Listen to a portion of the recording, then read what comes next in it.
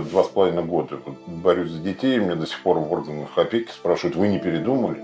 Меня даже недавно, что я счел как какое-то оскорбление, я бы даже сказал, когда мне представители органов опеки сказали, да сдайте их обратно.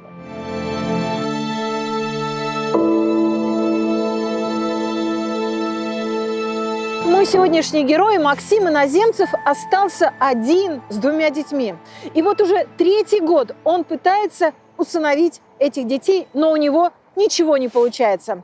Сегодня он приехал из Сочи в Москву, чтобы из первых уст рассказать свою историю. Подписывайтесь и ставьте лайки. Максим, мы в полном составе? Я так понимаю, вы всей семьей? Ну, давайте представьте, кто по правую руку от вас? Ну, это принцесса Катя. Принцесса Катя. Да. Катя, ручку. Самая девушка. младшая. Тебе сколько, Кать? Сколько? 8. 8 лет 8 тебе. лет. Недавно, да, 8 лет исполнилось. И принц. И принц Артем. Так, откуда вы прилетели? Мы прилетели, Из Сочи. как обычно, из Сочи, потому что живем в 2 городах. И полетаем Москва-Сочи, Сочи-Москва. Так, То есть у вас 2 дома, да? 2 дома, да. Я родился, вырос в Москве, учился в Москве. Но Москву мы тоже любим. Здесь у нас бабушка, мы сюда приезжаем с удовольствием, скучаем по бабушке, дети скучают по бабушке, бабушка по детям скучает. Здорово. И, конечно, мы сюда приезжаем. Ну, помимо того, что скучаем по Москве и по бабушке, у нас, конечно, есть определенные обстоятельства, которые нас вынуждают сюда ездить. А что это за обстоятельства? Обстоятельства связаны с тем, что дети у меня в опеке. Я Под опекой. под опекой, да, и я на протяжении уже 2,5 лет не дают их установить. Максим, с чего началась ваша история? Галин, мы жили вдвоем с супругой, любили друг друга. И, конечно, возникал вопрос, хотим детей. Конечно, этого несколько не хватало. И на протяжении 7 лет мы над этим вопросом старались. Работали. Ну, да. И не получилось у нас, не сложилось так, что у нас появились всеобщие дети. Вот я хотела задать вопрос, кто первым произнес это? Давай возьмем При всем, меня часто задают этот вопрос. Ну, да. Я не придавал этому значения, и я даже не могу на сегодняшний день вспомнить на 100%, кто был первый. Давай, передай привет, Катя. Привет. Скажи, мам, привет. Мам, привет. Катя, привет. Кать, привет. Максим, вот расскажите о встрече с детьми. Вообще, какая это была встреча?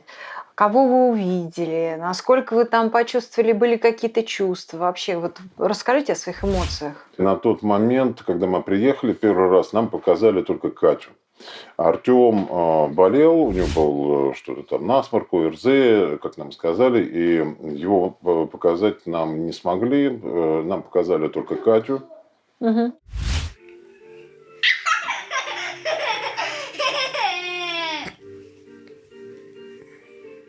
Катя, она была, немножечко необычная, что ли. Она выглядела, не совсем здоровой, что ли, так скажем. Да. Вот. Меня это на фотографиях, даже когда фотографии нам прислали, то, что не выглядела она как каким-то адекватным ребенком. Но при этом, при всем, при личной встрече, она все равно растрогала мое сердце, и я сказал, что все, я забираю. На что в доме ребенка сказали, если вы Катю берете, то Тему вы точно возьмете. Да вы что? Хотя мы его не видели, в Тему такое ощущение, как-то, что ли, влюблены, что ли, были в доме ребенка. Вот мальчишка и вот. Бабушка. С Новым годом. По им эмоциям я счел то, что он вот красавчик парень, но он таким и был. Очень активный, красивый. И сейчас есть, да, ну, вообще, в принципе, никому не ставят. Ну, это понятно. У них была вторая категория. То есть Вторая группа здоровья, так это здоровые дети. Да, абсолютно. это здоровые дети. То есть это в этом отношении все было в порядке. Ну, неоднократно мы приезжали, и здесь я приехал, Катя, опять же, мы гуляли на улице, это позволялось в рамках дома ребенка, нам давали общаться. И уезжая, она практически со мной не разговаривала, даже почти ко мне не подходила. То есть она как-то на каком-то немножко удалении, без эмоций, без проявления как-то себя. Но когда я начал уезжать, она пошла в свою группу. И смотрю, не вижу я ее. Она как бы зашла в веранды, там такие веранды. Зашла на свою веранду, я ее не вижу, не могу рукой помахать, то, что Катя, до свидания. И я вернулся, подошел к этой веранде, и опять же ее не вижу, вижу столб. Столб, заглянул за столб, а она там стоит и плачет. То есть она уже была в семье, то есть, мыслями, да, она не хотела оставаться и прощаться. Тогда я уже понял то, что она уже меня любит и не хочет, и плачет, потому что не хочет, чтобы я уезжал. Скажи мне про своего папу. Что он за человек? Какой он? Заботливый тоже, какой? Добрый. Давай, рассказывай. Какой папа твой? Мы же про него ничего не знаем. Угу. Веселый. Иногда бывает грустный. Бывает иногда. А когда он грустный, ты подходишь к нему, обнимаешь его, говоришь: папочка, чего ты такой грустный? Бывает такое? Да. Вы, в принципе, для себя ставили, то есть такую задачу, что вы усыновите детей. То есть вы не планировали брать под опеку. Вы хотели детей усыновить сразу. Да, это изначально было такое решение нашего общее, то, что мы хотим детей усыновить, мы не хотим брать под опеку. Но первое время по закону еще биородители не были лишены родительских прав, и это заняло больше, наверное, чем полгода. Дети уже были с нами, и вот эти вот процедуры лишения родительских прав, они не сразу. То есть у них статус еще не был, что их можно установить. Потом в последующем, конечно, я там связан с работой, удаленность от Москвы, это нужно все равно собирать документы.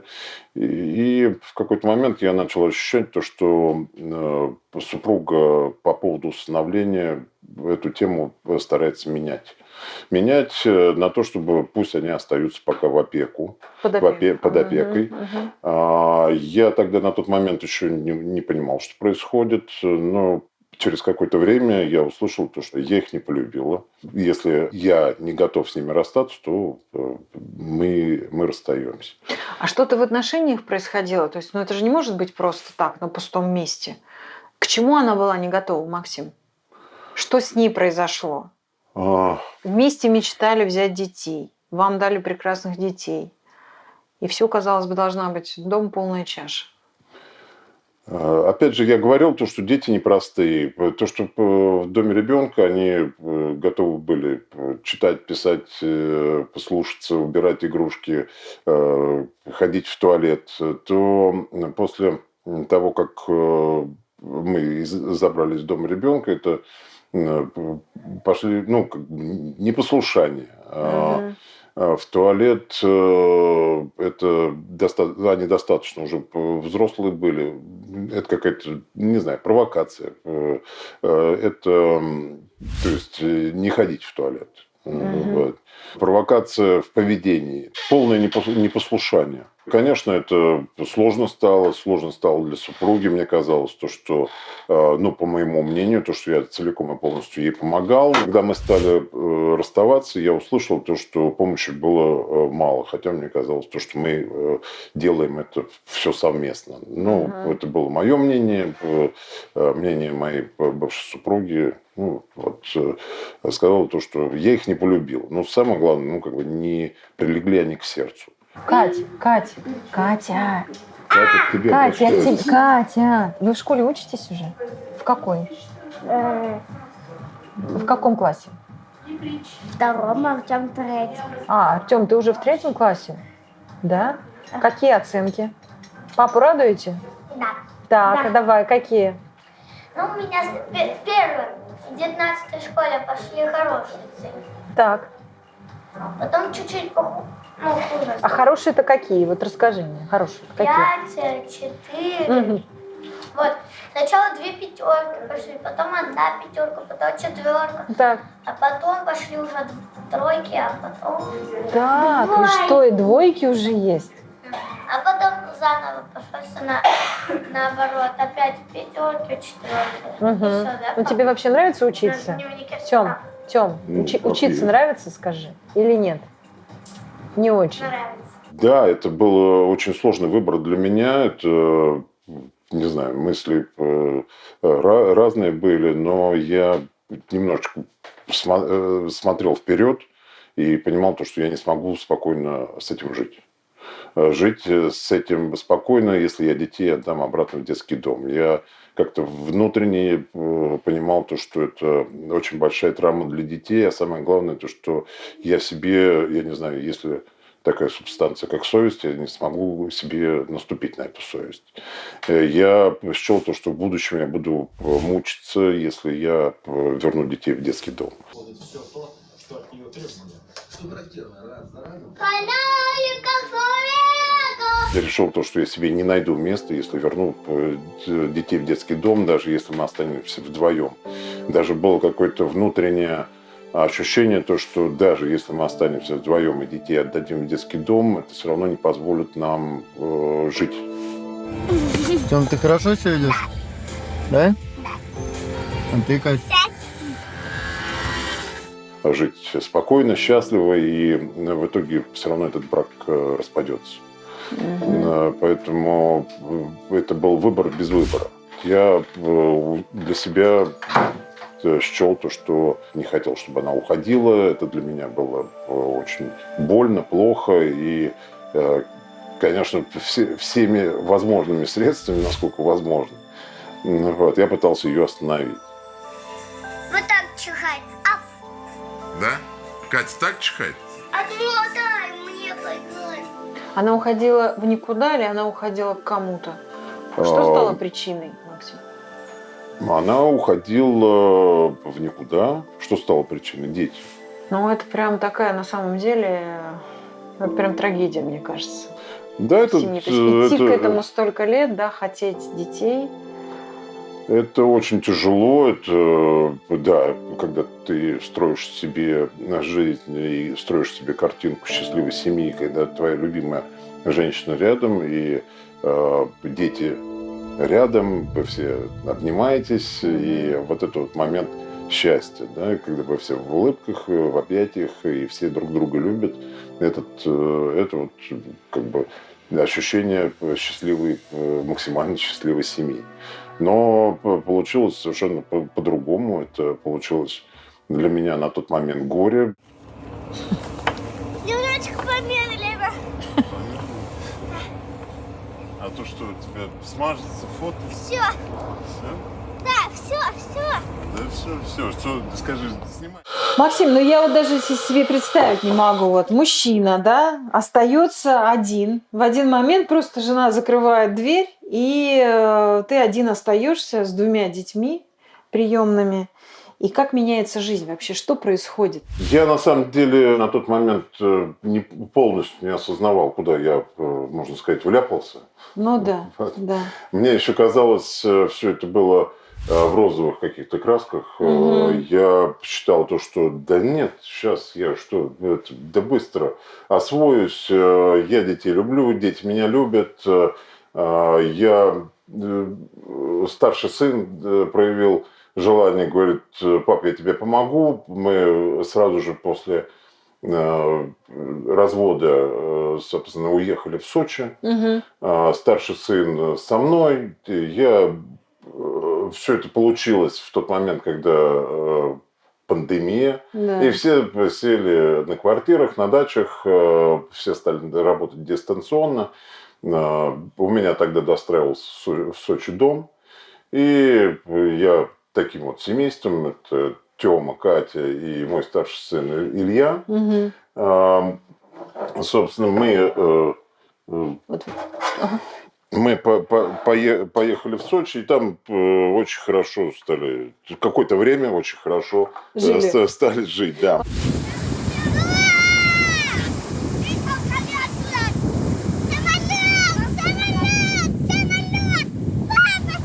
Когда пришло осознание, что ты один, ну, все равно один на один со своими проблемами. Это я даже, ну, я не могу сказать, что произошел какой-то щелчок, и вот, да. Ну да.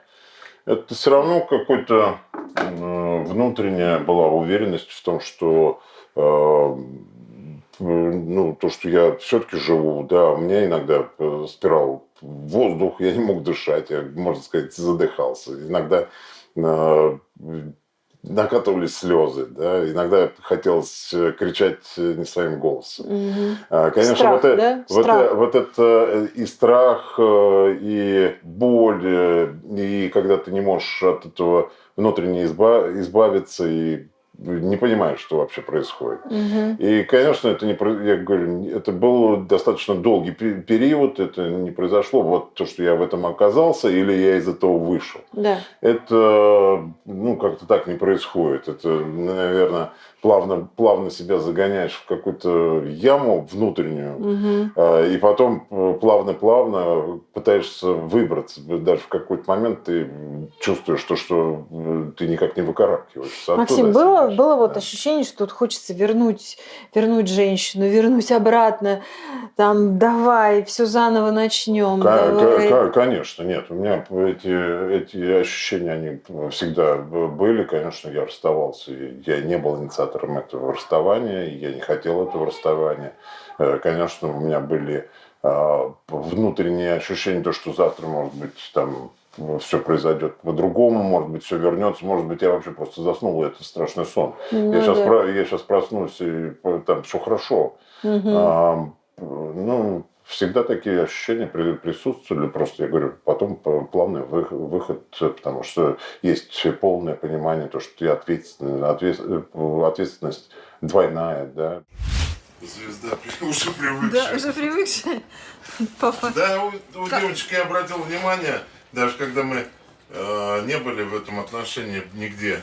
Вот это как-то в крови, вот это вот, позировать, вот это вот, фото. Есть такое, да. Это, причем Кать, ну у папы-то хорошо получается колготки надевать. Смотри, как у него раз, причем ловко. в моем случае, ну, как бы обычно можно сказать то, что, ну, у мамы там насмотрелась. Да. Вот. А тут не скажешь, да? Здесь не скажешь такого, да. Не то, что двойная за счет того, что у тебя двое детей, а за счет того, что ты один и несешь эту ответственность. Ты ее не можешь разделить на, ну, как-то ее распределить на любимого человека, который рядом. И ты принял просто такое очень важное решение для себя. Представляешь, ну, мне кажется, не каждый мужчина на это решится. Но когда кровные дети – это одно, но когда ты взял детей, грубо говоря, там год, они с тобой. Галин, дело в том, что когда вот этот трудный период погружаешься еще в всякие философские рассуждения, Ну, да. и, конечно, сказать то, что не каждый мужчина решится на это, ну, наверное, не каждый, да, и мы уже понимаем на моей истории то, что и не каждая женщина на это решится. Да, это так. Нолики будем играть. Надо рисовать крестики плюс нолики надо рисовать. Ну вот. Пап, ты будешь со мной? Давай. А со мной? Пока папа со мной. Крестики. Я первый крестик. Я буду Папа, ты крестиками, ноликами? Так, садись. Пап, ты крестиками, ноликами? Какими хочешь? Давай 0. Ну, значит, я крестик первый. Вот здесь попробую.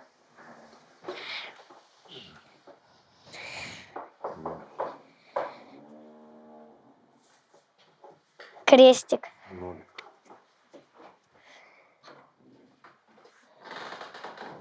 Крестик. Нолик. Крестик. Нолик. Я выиграл. Давай заново. Давай заново. Когда ты пришел в себя, да, какой у тебя был план? То есть какой план ты для себя решил, выстроил, так скажем? Для меня был план в первую очередь установить детей. Нет, ты вот действительно прям абсолютно точно решил для себя, что хочешь всех детей усыновить после тяжелого развода, после... Вот ты находишься в таком состоянии депрессивном, да, и ты при этом принимаешь решение усыновления. Зачем? Решение усыновления. Это было изначальное решение. Оно не отменялось. Я, допустим, счел то, что для меня, во-первых, я изначально детей брал под усыновление. И в связи с разводом это, я бы даже сказал, это, наверное, несколько усилилось. Вот. Усилилось в каком отношении? То, что все-таки дети, когда под опекой, это отсутствие свободы, свобода передвижения. Это мы живем в двух городах. У нас недвижимость и в Москве, и в Сочи. Да. И работаю я и в Москве, и в Сочи. Право каждый по закону быть свободным и свободно передвигаться. В случае, когда у тебя дети под опекой, ты не имеешь права так свободно передвигаться. Ты должен каждый раз на каждое передвижение, но больше там, они вообще в принципе не регламентируют, говорят, там больше, по-моему, 7 дней ты должен прийти и написать бумагу в опеку, то, что ты куда-то уезжаешь и насколько ты уезжаешь. Василий, на самом деле многие приемные родители наоборот берут детей под опеку, чтобы были пособия, чтобы 18 лет дети получили квартиру от государства. Моих детей оставила одна женщина, биомама. Моих детей, к сожалению, оставила моя супруга бывшая. И вот это вот желание мое детям дать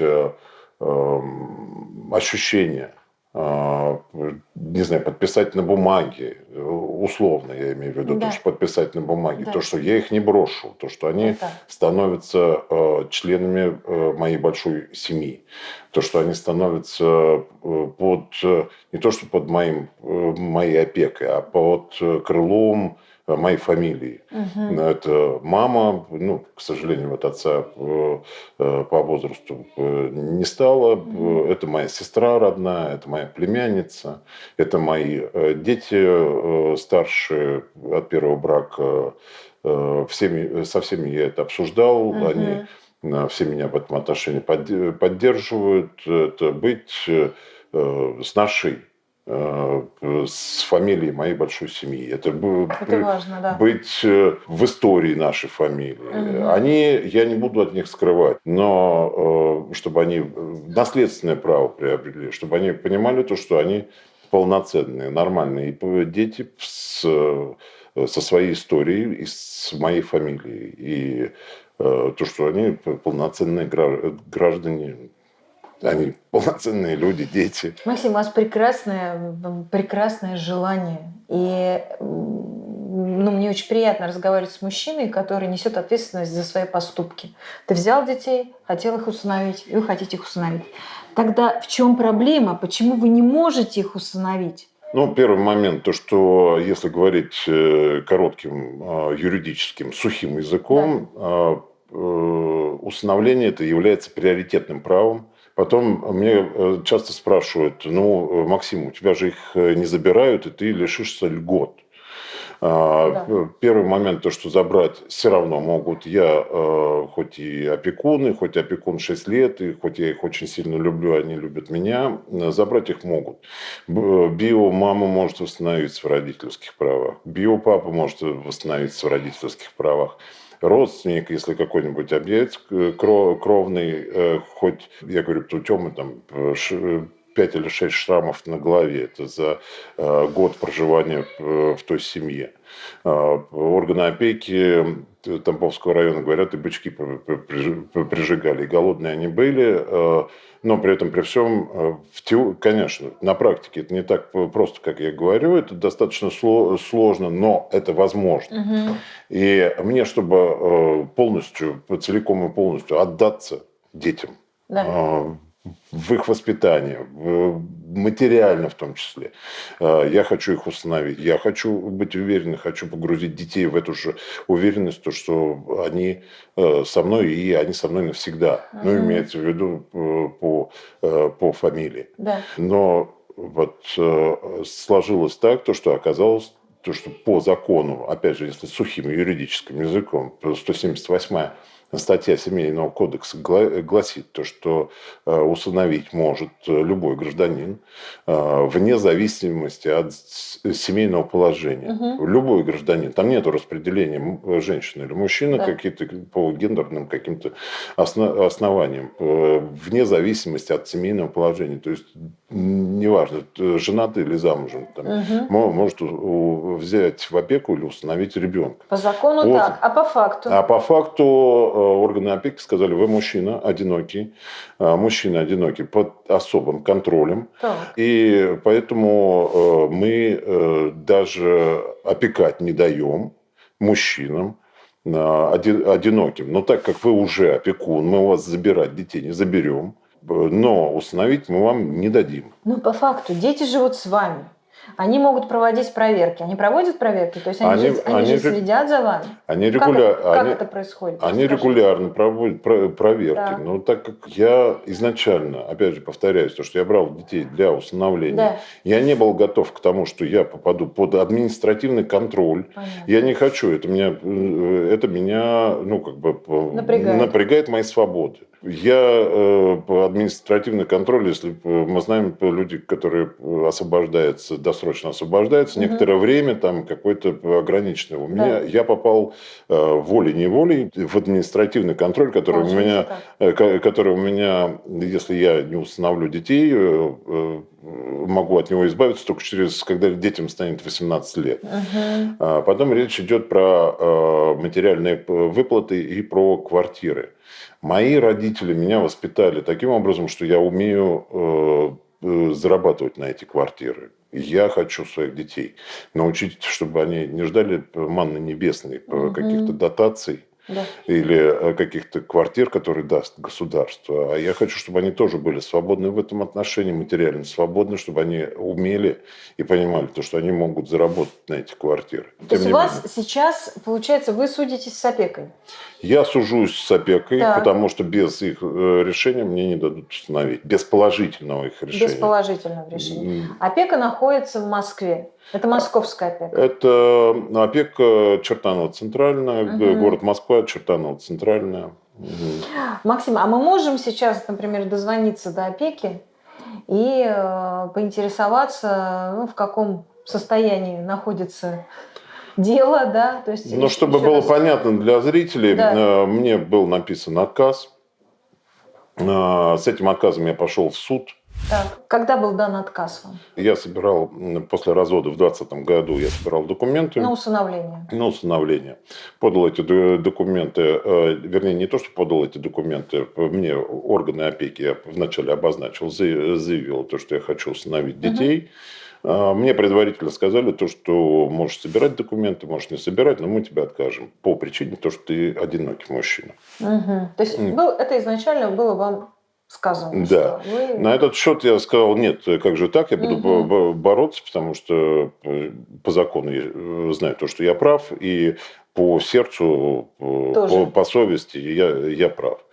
На этот счет они мне порекомендовали обратиться в независимую организацию, но чтобы это была компетентная организация, чтобы это была как юридически, так и чтобы она была государственной. Я обратился, это организация содействия, это государственная организация, там работают ведущие психологи города Москва, и оттуда мне назначили экспертизу для меня и для детей.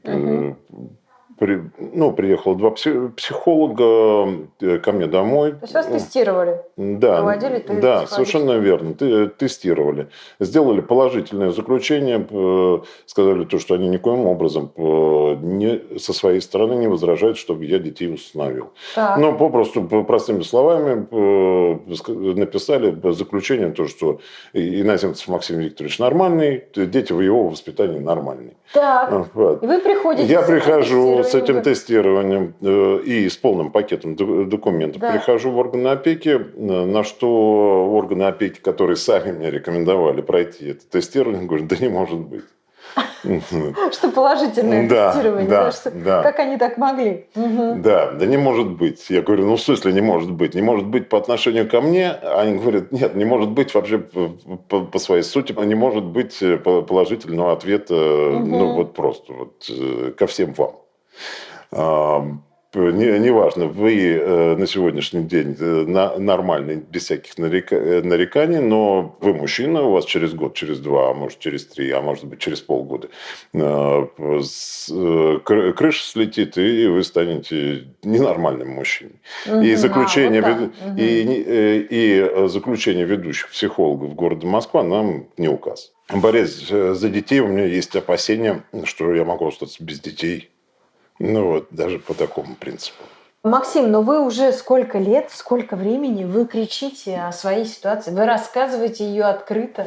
Стать папой пытается бизнесмен Максим Иноземцев, но пока на его пути только одни препятствия. Впрочем, он уже отец, так считает и он, и его приемные дети. Казалось бы, дело за малым, только оформить соответствующие документы, но здесь-то и начинаются проблемы. Органы опеки отказывают в усыновлении мальчика и девочки ему, обеспеченному человеку со стабильным доходом, недвижимостью в Москве и Сочи. Главная причина – одиночество. Жена, которая изначально планировала вместе с ним воспитывать детей из приюта, ушла. И теперь Максим Иноземцев хочет изменить привычный ход событий и создать юридический прецедент. Каковы шансы, выясняла наш корреспондент Даяна Шлюпкина. Он и представить не мог, что завидный, казалось бы, статус холостяка может стать проблемой. Из-за этого, или правильнее сказать, из-за гендерных стереотипов и разрушилась его главная мечта – быть отцом. В органах соцопеки, по его словам, так и заявили, мол, нет такого в практике, чтобы одинокий мужчина усыновил приемных детей. Поэтому де юре для любимых Кати и Артема он всего лишь опекун, хотя они уже давным-давно называют его папой. Все у тебя получится, ты молодец. Вы не стесняетесь, вы не скрываетесь, вы полностью вообще открыты для всех, и для опеки, для людей, для журналистов. И я знаю, что и такие дела, и на НТВ сюжет показывали, и на Радио России вы выступали, и все равно нет результата. Нет результата. Я при этом, при всем, я, конечно, хочу это освещать. Хочу, чтобы люди знали то, что у нас дети-сироты в детских домах, и их достаточно много. Я, с одной стороны, хочу всех предупреждать то, что это очень сложный поступок, это очень сложное решение, это очень сложная дорога, но при этом, при всем, очень хочу, чтобы детей там не осталось вообще. Ольга Витальевна? Да. Ольга Витальевна, здравствуйте. Вас беспокоит Галина Теряева, журналист, продюсер, блогер. В последние 7 лет занимаюсь темой приемного родительства, рассказываю истории приемных семей. Я по поводу приемного отца, который прикреплен к вашей опеке, Максим Иноземцев. Ой, я никаких комментариев не даю, извините. Сколько это тянется? Сколько это тянется, да. На сегодняшний день 2,5 года в судах. И это при этом, при всем, просто вот на таких вот каких-то технических моментах порой. Потому что заседание в апелляционном суде год я ждал, когда назначат заседание. Сейчас 2,5 месяца я жду, когда из апелляционного суда города Москвы решение по почте придет в Симоновский суд. 2,5 месяца этого решения я ожидаю. Не знаю, сколько еще буду ожидать. Потому что оно туда должно дойти, и в Симоновском суде мне должны выдать решение, то, что они отменяют свое решение, и, соответственно, отменяют решение опеки на их несогласие. Суд обязал орган опеки выдать положительное заключение. Суд оценил все доводы сторон, где Максим Викторович по судебному решению оценивается судом очень даже положительно. И я думаю, это хорошие перспективы дальнейшего процесса усыновления детей Максима Викторовича. То есть вы считаете, что у него есть шанс все-таки, да, и дети будут носить его фамилию в ближайшее время? Во всяком случае, закон такого не запрещает. Закон не запрещает усыновлять лицу, находящемуся не в браке, детей. Так как дети брат и сестра, то по закону, опять-таки, как бы, да, их должна усыновлять по возможности единая семья. И поэтому перспективы у Максима Викторовича достаточно хорошие для усыновления детей. Тём, кем ты в будущем мечтаешь стать? Поваром. Поваром? Почему ты решил стать поваром? Тебе нравится готовить? Да, яичницу. Суп даже. Ты суп умеешь готовить? Яичницу. Так. Бабушка. Еще что? Ой, блин, какая бабушка? Ну, еще макароны. Молодец. А кто тебя научил готовить? Никто сам. Сам научился? Кать. Вот. Катя, а ты кем Сейчас будешь? она сейчас пусть уходит отсюда. Катя, а ты кем в будущем будешь? Я хотела стать артистом. Так. А почему у тебя такое желание? Артистка. Ты любишь на сцене выступать, Катя? Да. Так. Ты стихи какие-нибудь знаешь? Знаю. Давай, расскажи. Мама, так тебя люблю, что не знаю прямо. Я большого короля дам название мама. И ты тоже знаешь? Да, я его тоже знаю. Ну давай, рассказывай. Только та же, которую Катя раздала. Ну расскажи. Мама, так тебя люблю, что не знаю прямо. Я большому кораблю дам название мам. Максим, какая самая заветная мечта у тебя в твоей жизни? Конечно, сейчас, на сегодняшний день, у меня мечта усыновить детей, потому что это очень сильно меня выбивает по моим планам, по моим целям.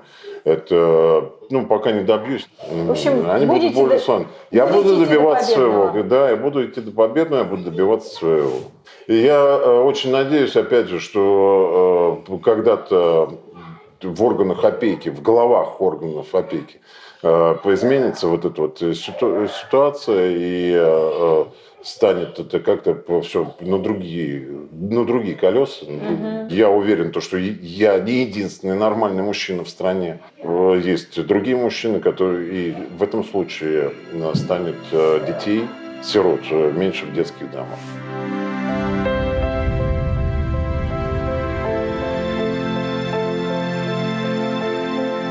Максим, я очень хочу, чтобы ваша мечта сбылась. И чтобы ваши замечательные дети, Катюша и Тёма, стали иноземцами. И я думаю, что это в ближайшее время обязательно случится. Я в это очень верю. Друзья, Кать, я надеюсь... Да, Катюш, я надеюсь, что вам понравилась эта история. Ребят, и что говорят в конце? Подписывайтесь на наш канал и ставьте лайки. Катя, лайк. Ставьте лайки. Ставьте лайки. Покажи, Катя, как лайк ставить. Катя, как лайк ставить? Вот так. Так что, друзья, подписывайтесь на канал и оставайтесь такими же неравнодушными.